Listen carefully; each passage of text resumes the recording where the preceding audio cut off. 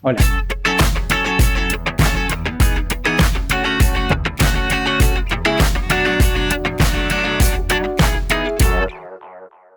En el video de ayer les planteaba que en el cine absolutamente nada es casualidad, nada está librado al azar, sino que todo el lenguaje cinematográfico nos habla. Hablé del cine como una experiencia integral. Así que hoy les traigo 5 ejemplos diferentes de 5 películas diferentes donde podremos explorar el uso del lenguaje. Vamos a hablar de uso del lente, encuadre, iluminación, sonido y actuación. Y en cada ejemplo voy a hacer énfasis en uno de estos elementos, pero eso no significa que los otros queden afuera. Es decir, que todos los elementos mencionados aparecen en todas las escenas que vamos a usar como referencia. Aviso. Voy a spoilear todas las películas de las que vamos a hablar en este video, que supongo que van a estar apareciendo ahora en pantalla, así que si no las vieron, vayan corriendo a verlas y después vuelvan a ver este video.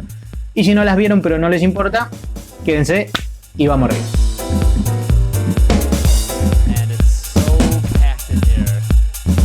Bueno, vamos a arrancar hablando del uso de lentes. Los lentes u objetivos son una parte fundamental de la cámara, que dirigen los rayos de luz al sensor de la misma y permiten retratar una misma imagen de diferentes maneras, ya que según su tipo de construcción puede tener diferente luminosidad, angulación y distancia focal. El uso de lentes puede ser aprovechado para brindar muchísima información narrativa que puede no estar presente en el diálogo o en las actuaciones. Para demostrarlo, vamos a usar de ejemplo un clásico de clásicos, la película Vértigo de nuestro gran amigo Alfredo. Hitchcock fue pionero en muchísimas cosas: tratamiento del suspenso, manejo de planos, uso del sonido y de la música, pero en esta ocasión nos vamos a fijar en un uso del lente muy particular. En una escena clave de la película, el protagonista, Scotty, quien sufre de acrofobia o miedo a las alturas, tiene que perseguir a Madeleine hasta el techo de una iglesia, subiendo por las empinadas escaleras del campanario. A mitad de camino, se asoma hacia abajo y le sucede esto.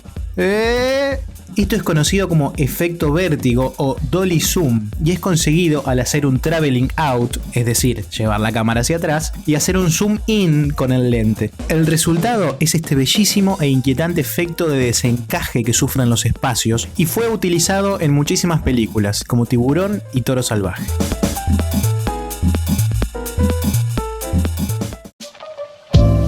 El encuadre es un aspecto fundamental en el cine. Decidir qué es lo que va a estar en el plano es tan importante como decidir lo que no va a estar. Pero no voy a hablar del encuadre tradicional, sino que voy a ir un poquito más allá. En la película de 2014 Mommy, Xavier Dolan, director canadiense, se da el lujo de jugar no solo con los encuadres de los planos, sino directamente con la relación de aspecto. La relación de aspecto es, básicamente, la relación entre la altura y el ancho del encuadre. En el cine se suele filmar en 16:9, es decir, con una imagen de 16 píxeles de ancho por 9 de alto, y en los viejos televisores de tubo todo estaba filmado en lo que se llama 4:3. Pero Mommy está filmada en el inusual formato de 1:1, con una imagen totalmente cuadrada. La película trata sobre una madre que debe cuidar y educar a su hijo, quien padece un severo trastorno de déficit de atención con hiperactividad. Y con el pasar de las escenas nos damos cuenta que la relación de aspecto se encarga de reforzar el encierro que sufren estos personajes, tanto en su manera de habitar los espacios como en lo emocional. Pero cerca de la mitad de la película, Steve ya ha logrado grandes avances en su conducta, gracias a su madre y a su tutora. Y habiendo encontrado un poco de paz en sus pensamientos, nos regala este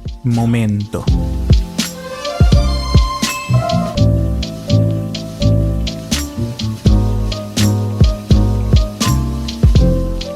Y no quiero decir una palabra más sobre la película porque quiero que vayan a verla y vivan esta experiencia ustedes mismos.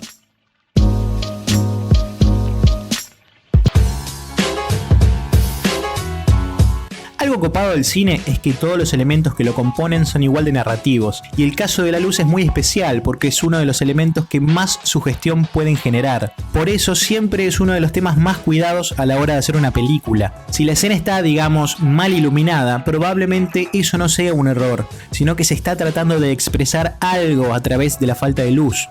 La iluminación en una escena es totalmente manipulable, desde los focos desde fuera de campo hasta las fuentes de luz que aparecen en pantalla, como es el caso que vamos a ver ahora. Por supuesto que también se puede elegir filmar en exteriores y sacarle el máximo provecho a la luz natural, pero hoy quiero que veamos este ejemplo muy lindo de la película Drive, donde casi en el final el conductor debe tomar una decisión para salvarle la vida a Irene, pero antes de hacerlo se da vuelta y pasa esto. La cámara se acerca y el plano deja al otro hombre afuera, para que podamos tener este pequeño momento de intimidad, donde todas las luces se atenúan y solo queda el faro de fondo, creando un marcado contraste que transforma la escena casi en un cuadro impresionista. Un pequeño dato de color es que el director, Nicolas Winding Refn, es daltónico, por lo que varias veces ha dicho que él no percibe los tonos medios en las paletas de colores, y de ahí su estilo tan saturado y con fuertes contrastes. Qué loco, ¿no?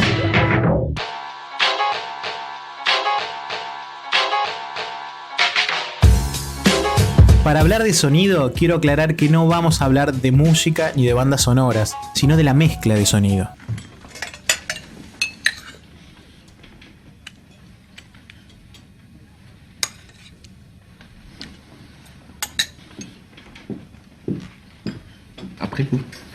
El sonido cinematográfico está compuesto por toda la mezcla de sonidos orgánicos que escuchamos en una película, desde los diálogos hasta los sonidos específicos de los objetos, como un portazo o el roce de la ropa, o el sonido de ambiente que acompaña las escenas. Es un elemento súper infravalorado que suele pasar desapercibido en las enormes capas de elementos que empiezan a acumularse en el montaje final, pero es fundamental para alimentar nuestra percepción y recorrido a través de la imagen.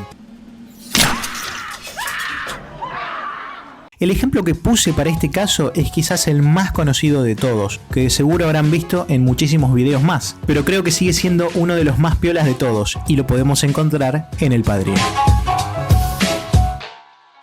Cerca de la mitad de la película, Michael, el hijo menor de la familia Corleone, debe matar al mafioso rival Sollozzo y al jefe de la policía McCluskey para saldar la deuda de haber atentado contra su familia y contra toda la estructura de negocios de la Cosa Nostra. Hasta este momento, Michael ha demostrado no tener maldad en él, distanciándose de la herencia familiar, pero a la vera de las circunstancias, decide que debe ser él quien termine con este conflicto de raíz.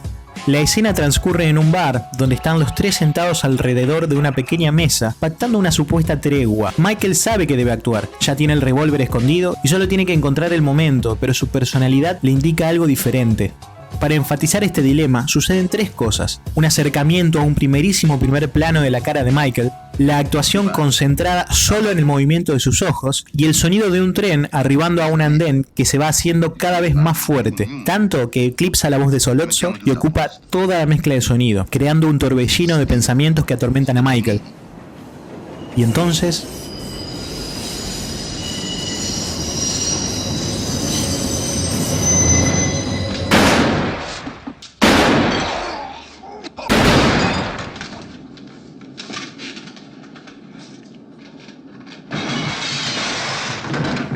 el silencio es tan poderoso como el sonido que lo precedió, y este también es parte fundamental en toda mezcla sonora de una película. Y aparte la escena culmina con un remate genial de Nino Rota, el compositor.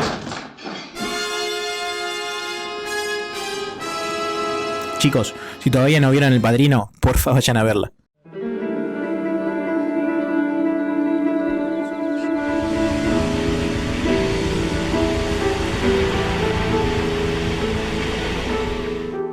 A ver, en este punto estoy siendo un poco tramposo, porque la actuación es el elemento más visible de todos los elementos que puse, y es lo más indispensable a la hora de hacer una película, ya que sin actores que ejecuten un guión, no hay ningún tipo de narrativa, a menos que te dediques a hacer documentales panorámicos con una voz en off.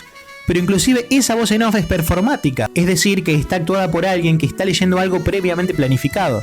Pero tampoco vamos a poner de ejemplo las actuaciones que a menudo solemos llamar actuaciones de Oscar, es decir, aquellas que ocupan absolutamente todos los recursos que poseen para dar una actuación intensa y llena de matices, lo cual no la hace necesariamente buena, así como que un guitarrista toque a 10.000 por hora tampoco lo hace necesariamente expresivo. De lo que quiero hablar es de la interacción sutil que existe entre la actuación y el resto de los elementos del lenguaje. Para eso, vamos a usar como ejemplo la escena final de la película Memories of Murder, que es, en mi opinión, la mejor película de Bong Joon-ho, director de Parasite, y la mejor película coreana del universo. Ya está, ya lo dije. Con esta sean cautelosos. Si no la vieron, porfa vayan a verla porque vamos a analizar justamente el plano final de la película. Listo, los declaro notificados.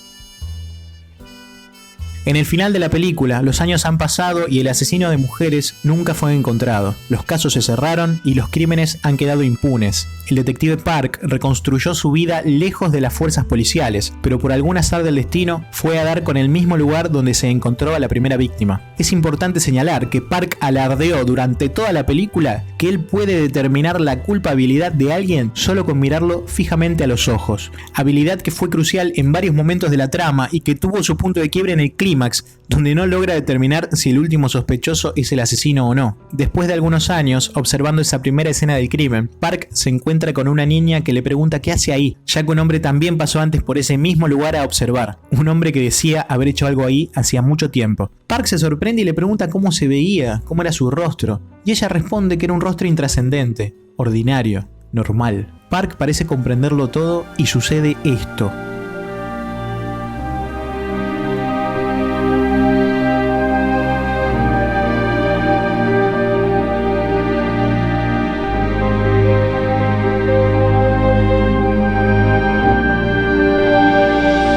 Memories of Murder está basada en el caso real del primer asesino serial en Corea del Sur, por lo cual, hasta ese entonces, el verdadero asesino nunca había sido identificado. Es por eso que Park mira directo hacia la lente, hacia el público, hacia nosotros. Él lo sabe, su habilidad de la mirada sigue intacta. El asesino volvió a su escena del crimen con los años, por lo que de seguro el asesino real querría ir a ver la película donde iban a estar retratadas todas sus obras. Bong plantea la idea de que el asesino está sentado en el público, en algún lugar, con su aspecto de hombre corriente, porque los villanos en el mundo real no son como los villanos en las películas, aunque justamente esto sea una película. Esa mirada final es devastadora, una actuación milimetrada con lo que la película necesita, de gestualidad mínima y precisa. Park ha visto el asesino, lo ha visto entre nosotros.